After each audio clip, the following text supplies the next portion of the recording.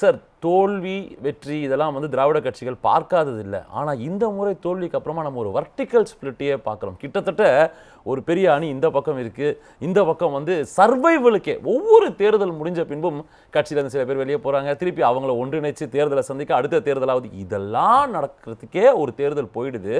இங்கே நம்ம மறுசீரமைப்பு எங்கே இருக்குது, என்ன பண்ண போகிறோம், ஒரு மூன்றாவது இடத்தில் இரண்டாக ஸ்பிளிட்டு ஒரு கஷ்டம் தெரியலையா அதிமுக எதிர்காலம்? இல்லைங்க, அதாவது 1996 நம்ம 4 எம்எல்ஏக்கள் தான் ஜெயித்தோம். ஆனால் அந்த தேர்தலே திருப்பி மீண்டு 98 சட்டமன்றத்தில் 30. அது இருதுருவ அரசியலாக இருந்த காலகட்டம். இன்று மூன்றாவது துருவம் ஆட்சியை பிடிச்சிருக்கு. இல்லை, அதாவது இவங்களை தாவேக்கா எப்படி வருவாங்க அப்படின்னு நம்ம கணிக்க தவறிட்டோம். ஏன்னா அது இயல்பான உண்மை. அடுத்து நிறையா விஷயங்களுக்கு அவங்க வந்து ஃபீல்டு ஒர்க்கே பண்ணலை. எஸ்ஏஆரில் வேலைகள் பணி இல்லை, கிராமந்தோறும் அவங்க மக்களை போய் சந்திக்கலை. இன்னும் சொல்லப்போனால் 234 வேட்பாளர்கள் போட்டாங்க. அது எடப்பாடி தொகுதியை தாண்டி மீதி தொகுதியில் 233 பேர். அந்த 233 பேரை 33 பேர் கூட போய் மக்களை சந்திக்கல. 33 பேர் கூட குறைந்தபட்சம் 200 கிராமங்களுக்கு கூட செல்லலை. ஒரு சட்டமன்ற தொகுதியில் சொல்கிறேன். ஆக இன்னும் சொல்லப்போனால் விஜய் அவர்கள் தேர்தல் பிரச்சாரத்தில் ஏறத்தாழ 20 நாள் இருக்குன்னா 20 நாட்கள் 10 நாட்கள் ஓய்வாகவே இருந்துச்சு. ஆக இப்படி இருந்த இடத்துல அவருடைய வேலையெல்லாம் முழுக்க முழுக்க இணையத்தில், அதாவது குறிப்பாக இன்ஸ்டாகிராமில், ஃபேஸ்புக்கில், ட்விட்டரில், ரீல்ஸில் போன்ற இடத்துலலாம் நடந்துட்டு இருந்துச்சு. வெற்றி பெற்றுட்டாங்க. நம்ம அதை விட்டுரும். நம்ம இன்னைக்கு இருக்கக்கூடிய விஷயம் என்னன்னா, தோல்விக்கான காரணம் நாம் ஏன் இந்த தேர்தல் தோல்வி. நீங்க சொன்ன மாதிரி அப்போ நீங்க செய்யக்கூடிய விஷயங்கள் எடப்பாடி அவர்கள் செஞ்சிருக்காரு. கிட்டத்தட்ட தேர்தலுக்கு ஒரு வருடம் முன்னதாகவே பிரச்சாரத்தை தொடங்கியிருக்காரு.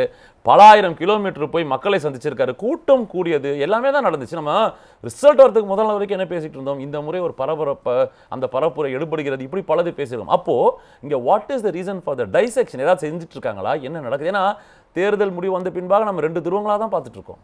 இல்லை, அதாவது சார் மீண்டுமே அந்த அதிமுக திமுகவுக்கு இடையிலான போட்டி தான் துவங்கும் சார்.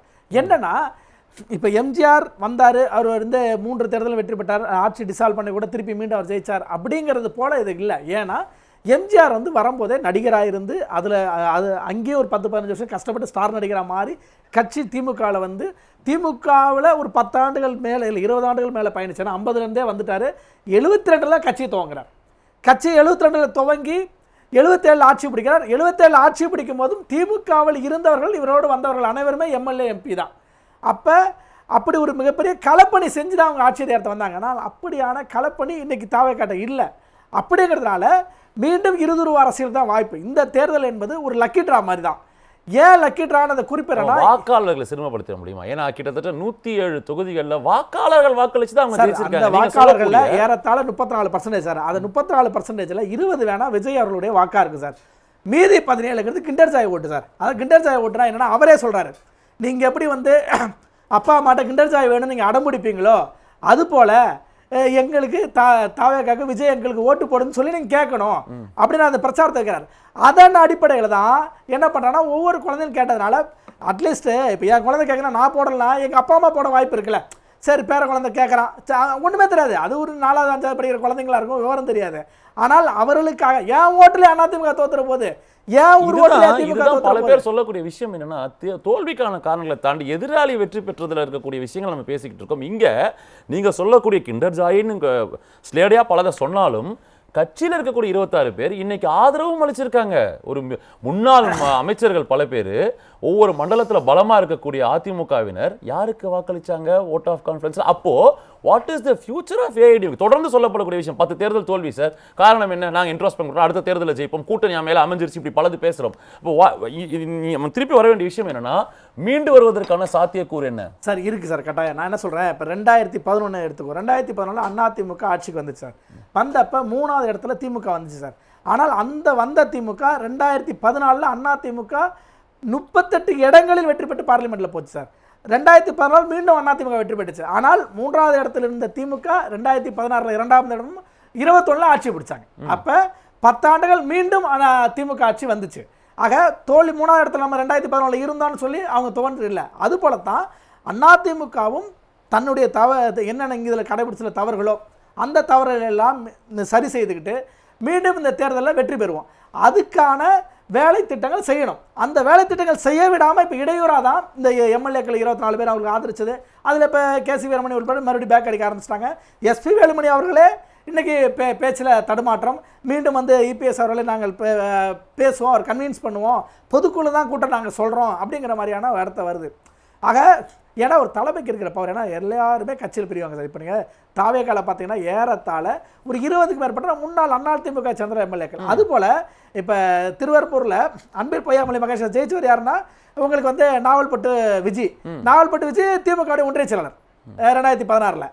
அதன் பிறகு அவர் வெளியே வந்து அப்புறம் இப்போ இன்னைக்கு தாவேக்கால போய் இன்னைக்கு சீட்டு வாங்கி வச்சிருக்காங்க. அதே மாதிரி செல்வம் அவர்கள், காங்கிரஸின் செல்வம் அவர்கள் சீட்டு கொடுக்குற முன்னாடி வரைக்கும் இதுதான் காங்கிரஸ் இருக்கார். சீட்டு கிடைக்கல. ரொம்ப சிம்பிளா கேட்கிறேன், ஒருவேளை நீங்கள் சொல்லக்கூடிய இந்த நபர்கள் தோல்வி அடைஞ்சா நம்ம என்ன சொல்லியிருப்போம்? முதல் நாள் சாயங்காலம் போறாரு சார், அங்க கேட்கிறாரு சார், சீட்டு கொடுக்குறாங்க சார், தோத்துட்டாரு சார், அவருக்கு என்ன கிரெடிபிலிட்டி இருக்குன்னு பேசியிருப்போம். ஆனால் இன்னைக்கு இன்னைக்குமே அவர்கள் யாராவது இந்த எம்எல்ஏக்காக வேலை செய்தார்களா, மக்களை சந்தித்தார்களா? அந்தந்த மக்களை அவர் இது நம்ம மக்கள் போக்குக்கே விட்டுருவோம், நம்ம ஒன்றும் இது பண்ண தேவையில்ல. அவர் அந்தந்த ஊரில் இப்போ எங்கள் ஊர் சார், நான் தாம்பரத்தில் இருக்கேன். தாம்பரத்தில் எங்களுடைய கேண்டிடேட் தாவேக்காவை தான் வெற்றி பெற்றிருக்கு. தாவேக்கா வந்து பார்க்கவே இல்லை. அதுபோல் உளுந்தூர்பேட்டையில் என்ன சொந்த ஊர், உளுந்தூர்பேட்டை சொந்த ஊரில் சுதாகரன் ஒருத்தர் வேட்பாளர். நம்ம மறுபடியும் தாவேக்கா வெற்றிக்குள்ள போகிறோம். நான் கேட்கக்கூடிய கேள்வி என்ன அப்படின்னா, தொடர்ந்து 10 தேர்தல் தோல்வின்ற ஒரு குற்றச்சாட்டு வைக்கப்பட்டது எடப்பாடி அவர்கள் தலைமையின் மீது. இன்னைக்கு ஒரு 11வது தேர்தல் அப்படின்னும் போது சுய பரிசோதனை எங்கு நடக்கிறது? நாளை அதிலிருந்து மீண்டு வரக்கூடிய விஷயங்களை பேசக்கூடிய இடத்துல இன்னைக்கு அந்த கட்சி இருக்கா? இல்லை சார், அதாவது தோல்வி அடைஞ்சோம், அதை மறுபரிசீலனை செய்து அந்த என்னென்ன தோல்விகளோ அந்த தோல்விகளும் மீண்டு வரும் இந்த கட்சி. ஏன்னா இதை விட தோல்வி சந்தித்த கட்சிகள் அன்றைக்கி காங்கிரஸ் கட்சி எடுத்துக்கோங்க சார். காங்கிரஸ் கட்சி பார்லிமெண்ட்டில் அவர் பொறுப்பேற்றிலிருந்து 49 எம்பிலேருந்து இப்போ தான் 99 தொட்டிருக்காங்க ராகுல் காந்தி பொறுப்பேற்ற. அதே போல் இப்போயும் காங்கிரஸ் கட்சி வெற்றிலாம் இல்லை, 5 சீட்டு தான் ஜெயிச்சிருக்காங்க. 18 எம்எல்ஏ வச்சிருந்த கட்சி, 18 எம்எல்ஏ வச்சிருந்த கட்சி இன்னைக்கு 5 சீட்டை வெற்றின்னு கொண்டாடுறாங்க. ஆனால் அதே போல் கீதா ஜீவன், நான் உதாரணம் சொல்கிறேன், கீதா ஜீவன் தூத்துக்குடியில் தோற்கடிக்கப்பட்டார் தாவேக்காவில். அப்போ முதல் நாள் ராத்திரி வரைக்கும் காங்கிரஸ்காரங்க தாவேக்கா கூட இல்லை, திமுக பக்கம் நிற்கிறாங்க. அடுத்த நாள் ரிசல்ட் வந்தோடனே தாவேக்கா பக்கம் தாவறாங்க. அப்போ என்ன சொல்கிறேன், அப்போ முதல் நாள் ஓட்டு போட்டவங்க கீதா ஜீவனுக்கு போட்டிருப்பாங்களா? அதே போல உதாரணத்துக்கு பிடிஆர் பழனிராஜனுக்கு ஓட்டு போட்டிருப்பாங்களா, தாவேக்கா ஓட்டு போட்டிருப்பாங்க? வைக்கப்படுது இல்லை. அப்போ முதல் நாள் மறுநாள் வந்து வாக்கெடுப்பின் போது கிட்டத்தட்ட 26 அதிமுக எம்எல்ஏக்கள் தாவேக்காக்கு ஆதரவு தெரிவிக்கிறாங்க. அவங்களுக்கு அந்தந்த தொகுதியில தாவேக்கா வேட்பாளர் எதிர்த்து ஜெயிச்சவங்க இவங்கெல்லாம். அப்போ இது எந்த விதத்துல கட்சியை பலப்படுத்த போகுது இந்த மாதிரியான விஷயங்கள்? வெர்டிகல் ஸ்பிளிட் இல்லை சார், அதாவது கட்டாயம் அதாவது ஒரு சின்ன ஆட்கள் வெளியே போனா கூட அது வந்து கட்சிக்கு இழப்பு தான். அது நம்ம அது இழப்பே இல்லை அப்படிலாம் நம்ம மூடி மறைக்கணும் அவசியம் இல்லை.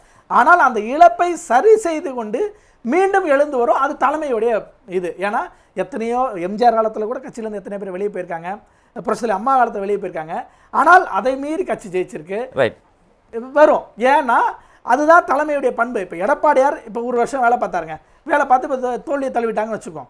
என்ன விதமான தோல்வி? மொதல் 67 வச்சுருந்தோம், இப்போ 47 வச்சுருக்கோம். 19 எம்எல்ஏ குறைஞ்சிருக்கு. விகிதாச்சாரத்தில் ஒரு 20% குறைஞ்சிருக்கு, அவ்வளோதானே தவிர. ஆனால் படுதோல்வியெலாம் இல்லை, மீண்டும் எழுந்து வர முடியாத தோல்வி இல்லை. இப்போ 24 பேர் தாவேக்கு ஆதரவு சொன்னவங்களே என்ன எதுக்காக போயிருப்பாங்க? நாளைக்கு அமைச்சர் சொல்லுவாங்க, வாரிய தலைவர் சொல்லுவாங்க, நாளைக்கு வாரிய தலைவர் அமைச்சர் கூட திருப்பி 4 நாள் திருப்பி வருவாங்க சார், திருப்பி 4 மாதம் கழிச்சு திருப்பி வருவாங்க. ஏன்னா முதல் நாள் காமராஜ் என்ன பண்ணுறாரு, போய் தாவேக்காக சைன் பண்ணுறாரு. அடுத்த நாள் கவர்னர் சந்திக்க டிடி தினகரன் வந்து இல்லை என்ன இல்லை, அதுக்கு அடுத்த நாள் திருப்பி சட்டசபையில் போட்டுட்டு முதல்வர் காப்பாற்றுவாருன்னு சொல்கிறாரு. அப்போ இந்த நிலைப்பாடு ஒவ்வொருத்தரும் சுயநலம் சார்ந்து தன்னுடைய அதிகார போதை சார்ந்து ஒரு முடிவெடுப்பாங்க. ஆனால் அதை தாழ்ந்து கட்சி என்பது கட்சி தொண்டர்களும் என்னன்னா அந்த கட்சியின் பக்கம் நிற்பாங்க. யார் அந்த இடத்துக்கு தலைமைக்கு வந்தாலும் அந்த தலைமை சரியாக கொண்டு போய் சமூக ஊடகங்களையும் சரி வெளியும் சரி வைக்கப்பட்ட குற்றச்சாட்டுகள், வார்த்தை பரிமாற்றங்கள் இருக்குல்ல, இந்த 24 பேருக்கும் திரு எடப்பாடி அவர்களுக்கும் பேசப்பட்ட விஷயம், தொடர்ந்து பதவி நீக்கம், இது ஒரு குழப்பத்தை தரலையா? நீங்க இல்லை கரெக்டாக சார், நம்ம இதுக்கு முன்னாடி ஒரு வருஷம் முன்னாடி ஒரு பரபரப்பு பார்த்தோம், அன்புமணி அவர்களும் ராமதாஸ் அவர்களுடைய பரபரப்பு பார்த்தோம். அப்போ இது போன்ற விஷயம் தான். ராமதாஸ் அவர்கள் மிக கடுமையாக விமர்சனம்லாம் தன் மகன் மீதே வைத்தார். ராமதாசன் பேருக்கு பின்னாடி போடாதெல்லாம் சொன்னார். ஆனால் இன்றைக்கி வெற்றி பெற்றார். அரசியலில் இன்றைக்கி 18 தொகுதியில் தான் போட்டிட்டார். ஆனால் வாங்கிய வாக்கு என்பது 10 லட்சத்துக்கு மேலே. அப்படின்னா என்னென்னா ஏறத்தாழ சராசரியாக ஒரு தொகுதிக்கு 50,000 வாக்கு வாங்கியிருக்காரு. இது மருத்துவர் ராமதாஸ் அவர்கள் தலைமையில் இருக்கிற காலத்திலேயே 20-25 தான் சராசரியாக வாங்குவாங்க ஒரு தொகுதியில். ஆனால் நீங்கள் 50,000 தொட்டிருக்காங்க. அப்போ இது பர்ஃபார்மன்ஸ் தான். நான் இப்போ நீங்கள் சொல்றது இப்படி புரிஞ்சுக்கிறேன். முதல் கட்டம், அதாவது இதுவும் கடந்து போகும், இதற்கான விஷயங்கள் நடத்தப்படும், இருதுரு அரசியலாக மறுபடியும் தமிழகம் திரும்ப. ஆமாம் சார், அதாவது ஒரு சில விஷயங்கள் என்ன தவறுனா, இப்போ இளைஞர்கள் அவர் வந்து இவ்வளோ பேர் வந்து சீட்டு கொடுக்கும்போது அதிமுக தரப்புல இருந்து ஒரு 20-30 சீட்டு இளைஞர்கள் கொடுக்கும்போது தான் மக்கள் மத்தியில் ஒரு மாற்றம் வரும். என்னன்னா எல்லாமே ஒரு 5 முறை எம்எல்ஏ இருந்தவங்க, 4 முறை எம்எல்ஏ இருந்தாங்கும் போது அப்போ நீங்களும் பழைய ஆட்கள் கொடுக்குறீங்கும் போது என்ன பண்ண முடியும்? அப்போ இளைஞர்கள் கொஞ்சம் வாய்ப்பு கொடுங்க ஒரு எண்ணம் எல்லார் மத்தியிலும் இருக்கு. ரைட், இதையெல்லாம் வந்து கட்சி களை எடுக்கணும். கட்சி களை எடுக்கும். சார், அந்த முதல் கட்ட கருத்தை நான் எடுத்துக்கிறேன். ராஜசாலன் வைக்க வேண்டிய வாதம் என்னன்னா, சார் ஒரு காஸ்மெட்டிக் சேஞ்ச் பண்ணால் முடிஞ்சு போயிருமா? ஏன்னா இன்னைக்கு காஸ்மெட்டிக் சேஞ்ச் இவர் தான் எல்லாத்துக்கும் காரணம், இவர் வேணாம், வேற ஒருத்தர் அந்த இடத்துல கொண்டு வரும், இந்த மாவட்ட செயலரால் தோல்வி, அவருக்கு கீழே இன்னொருத்தரை கொண்டு, இந்த மாதிரியான காஸ்மெட்டிக் சேஞ்ச் ஒரு தினகரனை கட்சிக்குள்ள சேர்க்கலாம் அப்படின்னு இஃப் அண்ட் பட்டன் அவர் சொல்லக்கூடிய இந்த மாதிரியான விஷயங்களால் மட்டுமே ஜெயித்திட முடியுமா? ஏன்னா பாண்டியன் சொல்லக்கூடிய விஷயம் என்ன சார், அடிநாதத்திலேருந்து மாற்ற வேண்டியிருக்கு. வேர்லேருந்தே இந்த 2 திராவிட கட்சிகளும் தன் செயல்பாட்டை மாற்றினால்தான் தாவேகாவை பிற்காலத்தில் எதிர்கொள்ள முடியும்ன்றாரு. Do you think cosmetic change will do the necessary damage control? இல்லை சார், கட்டாயம் நடக்கும். ஏன்னா இப்போ சார் சொன்னதில் நான் முழுசாக நிறைய விஷயங்கள் வழிமொழிகிறேன். ஏன்னா அதாவது ஜென்சியிலேருந்து அடுத்த ஆல்ஃபா, அப்போ அதை நம்ம கவர் பண்ண வேண்டியது இருக்குது, அதுக்காக வேலை பார்க்க வேண்டியது இருக்குது, அதை நம்ம மறுப்பதற்கில்லை. ஆனால் இந்த கட்சி இப்போ தினகரன் வருகை அப்படின்னு நம்ம சொல்கிறோன்னா அது ஒன்றும் நம்ம மறுப்பதற்கில்லை. ஆனால் அதை அவர் ஒத்துக்கணும், தினகரன் ஒத்துக்கணும். தினகரன் வலுவாக இருக்கிற காலத்தில் மதுரையில் அதிமுக 10 சட்டமன்ற தொகுதியில் 5க்கு வெற்றி பெற்றுச்சு. அதனால அதாவது ஒருவர் வருகையை கூட அதிமுக வேணான்னு சொல்லலை. ஏன்னா ஓபிஎஸ் அவர்களை கூட கட்சியில் பொதுச் செயலாளராக வச்சுதான், துணை பொதுச் செயலாளராக தான் இவர் இபிஎஸ் இருந்தார். அதிகாரத்தை ஒருங்கிணைப்பாளர், துணை ஒருங்கிணைப்பாளர் அப்படிங்கிற பொறுப்பில் தான் அப்போ வச்சிருந்தார், இரட்டை தலைமை இருக்கும்போது. ஆக இபிஎஸ் அவர்கள் விட்டு கொடுத்தா செயல்பட்டார். ஏன்னா அவர் முதலமைச்சராக இருக்கும்போது கூட ஒரு துணை ஒருங்கிணைப்பாளர் தான் இருந்தார். அதுக்கான இது இருக்கு. கட்சி எப்படி வரும்னா, ஏற்கனவே 3,000 கட்சி தான் 2011 மீண்டும் ஆட்சி 21 பிடிச்சது. ஜெயலலிதா அப்படின்ற ஒரு ஆளுமை நம்ம பார்த்துக்கிட்டு இருக்கோம். என்ன அதுதான் சார், அங்கே சார் பிரச்சனை. ஏன்னா இங்கே ஜெயலலிதா பிரச்சனை, அம்மா அவர்கள் தான் ஒரு ஆளுமை, எம்ஜிஆர் ஆளுமை, இபிஎஸ் அவர்கள் ஆளுமை இல்லைங்கிறது அது மறைமுகமா சொல்றாங்க. அவங்க வந்து தொடர் தோல்விகளை சந்திச்சாங்க, மீண்டும் வந்தாங்க. சார் அம்மாவே தோல்த்தாங்க சார். ஆனா 1996 4 சீட்டு சார், கடுமையா. அதே மாதிரி தான் 91 திமுகவும் 2 சீட்டு தான். ஆனால் மீண்டும் வந்து ஆட்சி பிடிச்சாங்க 96. 96 தோத்த அதிமுக 98 30 சீட்டு பிடிச்சாங்க. 2001 ஆட்சியை பிடிச்சாங்க. நம்ம பழைய வரலாறு அதே போல திடீர்னு விஜயகாந்த் வந்தாரு. ஆனால் என்னாச்சு, 2016 அவர்கள்ட்ட இருந்து அதே பண்ருட்டி ராமச்சந்திரன் அதிமுக வேட்பாளராக ஆலந்தூர்ல போட்டிட்டார். ஆக இன்னைக்கு தாவேகான்னு ஓடன 20 பேருக்கு மேல சார். இன்னைக்கு தாவேகால 20 பேர் அதிமுக ஒன்றிய செயலாளர் போயிருக்காங்க சார், எம்எல்ஏக்கள் போயிருக்காங்க சார். தூசி மோகன்ல இருந்து, ராஜலட்சுமில இருந்து, தனபால் அவர்கள் பையன் லோகேஷ் தமிழ்ச்செல்வன் இருந்து, சத்யபாமால இருந்து எல்லாமே அதிமுக. நீங்க வெறும் ஜேசிடி பிரபாகரன் விஜய் தலைவராக எடுத்துக்கொண்டு தாவேகாவின் கொள்கைகளோட தாவேகாக்கு போறேன்றாங்க. அதாவது அது இன்னொரு விஷயம் எப்படி பார்க்கணும், அப்ப இது இப்படி புரிஞ்சுக்கலாமா? அதிமுக தாங்கள் இருக்கக்கூடிய கட்சியின் மீது இருக்கிற அதீத அதிருப்தினாலதான் நாங்க அங்க நகரும். அப்ப அவர்களை தக்க வைக்க தவறியது அதிமுக சார். தக்க வைக்கனா சார், இன்னைக்கு ஜெயிச்சு வந்ததுக்கு பிறகு கூட ஒரு 24 பேர் நாங்க போய் தாவேகா ஆதரிப்போங்கிற இடத்துக்கு வராங்க இல்லையா?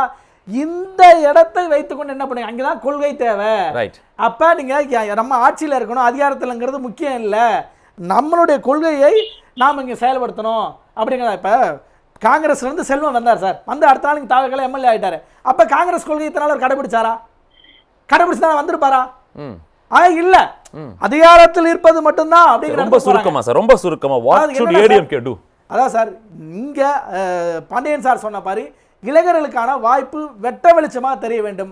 அதிமுக தவற விட்ட, அதிமுக திமுக விட, அதாவது ஒவ்வொரு வேட்பாளர்களுக்கும் 5 கோடி இருந்தா தான் சீட்டு, 10 கோடி இருந்தா சீட்டு, 20 கோடி இருந்தா சீட்டுன்னு ஒரு பிரச்சாரம் நடந்துச்சு. அது ஒரு பொய் பிரச்சாரம்.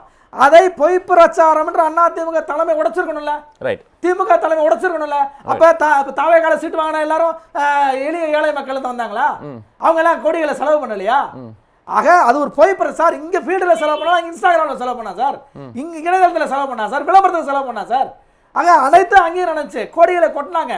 அப்ப என்னன்னா, இந்த பிரச்சாரம் இல்லைங்க, நாங்க கோடி ரூபாய் இருந்தாலும் ஏழை எளியர்களுக்கு சீட்டு கொடுத்துருக்காங்க, எம்எல்ஏ ஆக்குறாங்க, இங்க கட்சி கோடிகளுக்கு இடம் இல்லைங்க, கட்சியில உழைத்தவர்களுக்கு தாங்க வாய்ப்பு அப்படிங்கிறத எடப்பாடி சொல்றது இல்ல, ஒவ்வொரு தலைவர்களும் உடைச்சிருக்கணும். ரைட், நான் தலைவர்கள் ஸ்டபனா இருக்கணும், பேசணும். அதே போல எஸ்பி வேலுமணில இருந்து சிவி சனத்துல ஒவ்வொருத்தரும் இன்னைக்கு போய் கூட்டணி நிக்கிறாங்களே, இவர்கள் பாஜக ஓட்டு வாங்கி போனவங்க தானே. வெறும் அதிமுக ஓட்டு மட்டும் இல்லைங்க, பாஜக ஓட்டு இங்க இருந்துச்சுல்ல. அப்ப இன்னைக்கு போய் இங்க நிக்கிறாங்களே, இந்த பாஜக ஓட்டு வாங்கியவர்களை தானே இன்னைக்கு தாவேகா உள்ள சேர்க்குது. ரைட், புரியுது. ஆனா மறுபடியும் நம்ம அந்த ஃப்ளோரை கிராஸ் பண்ணி தாவேகா விமர்சிக்கிறோம். பட் இங்க நம்ம சுய பரிசோதனை, இதுதான் இங்க கேள்வியா வருது. சுய பரிசோதனை செய்ய வேண்டியது வந்துட்டாங்க சார். அதிமுக வந்துச்சு, திமுக வந்துச்சு சார். நேத்து முன்னாள் முதல்வர் ஸ்டாலின் அவர்கள் வெளியிட்டார் சார் வீடியோ. இங்க எடப்பாடி அவர்கள் ஏன் வெளியிட முடியலன்னா இந்த 25 பேர் குழப்பம் இருக்க. ரைட், நான் புரிஞ்சுக்கிறேன். இந்த குழப்பம் சரியான பிறகு இபிஎஸ் அவர்களும் அந்த நடவடிக்கை எடுப்பார். நாங்களும் சுய பரிசீலனை செய்து கொண்டு மீண்டு எழுவோம். சுய பரிசோதனை செய்ய வேண்டிய தருணம் நாங்க அதை கடுமையா உணர்ந்திருக்கோம்.